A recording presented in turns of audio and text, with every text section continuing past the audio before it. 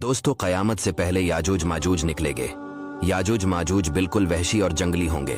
आज की इस वीडियो में हम आपको बताएंगे कि याजूज माजूज क़यामत से पहले कब निकलेंगे और इस वक्त याजूज माजूज कहाँ है और कैसे ये मखलूक पैदा हुए।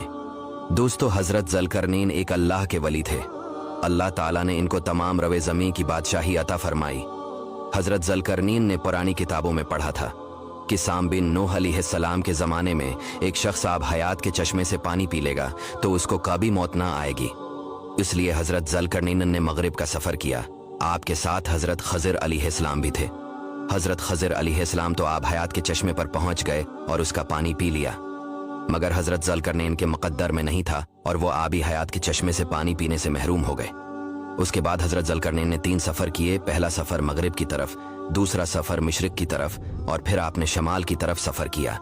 यहाँ तक कि 2 पहाड़ों के दरमियान में पहुँचे तो वहाँ की आबादी की एक अजीब ज़बान थी। जिन लोगों के साथ इशारों से बात की जा सकती थी, इन लोगों ने हज़रत ज़ुल्करनैन से याजूज माजूज के मज़ालिम की शिकायत की और आपकी मदद के तालिब हुए। अब याजूज माजूज कौन थे, ज़रा गौर से सुनिएगा। ये याफिस बिन नूह अलैहिस्सलाम के औलाद में से एक फसादी गिरोह है और इन लोगों की तादाद बहुत ही ज़्यादा है। ये बिल्कुल वहशी और जंगली है, जो बिल्कुल जानवरों की तरह रहते हैं। बाहर के मौसम में ये लोग अपनी गारों से निकलकर ये लोग तमाम खतियाँ और सब्जियाँ खा जाते थे। आदमियों और जंगली जानवरों, यहाँ तक कि सांपों और बड़े बड़े जानवरों को खा जाते थे।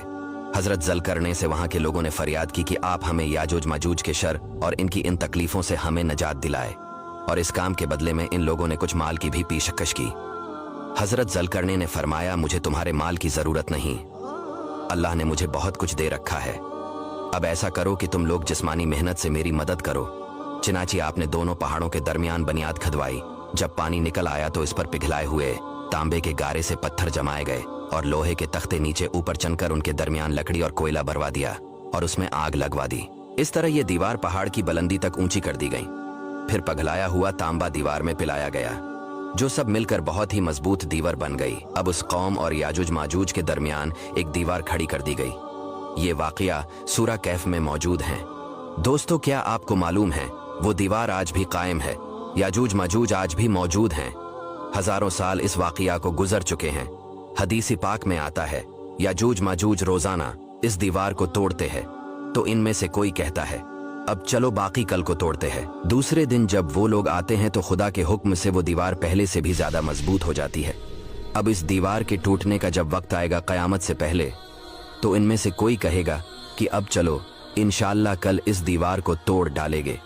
इन लोगों की इंशाअल्लाह कहने की बरकत से दूसरे दिन दीवार टूट जाएगी। दीवार टूटने के बाद याजूज माजूज बाहर निकल पड़ेंगे और जमीन में हर तरफ कत्ल गारत और फितना बर्पा करेंगे। चश्मों और तालाबों का पानी पी डालेंगे, जानवरों और दरख्तों को खा डालेंगे, जमीन में हर तरफ फैल जाएंगे, मगर मक्का, मदीना और बीतुल मुक़द्दस में ये दाखिल ना हो सकेंगे। फिर हज़रत ईसा अलैहिस्सलाम की दुआ से इन लोगों की गर्दनों में कीड़े पैदा हो जाएंगे और ये सब के सब हलाक हो जाएंगे।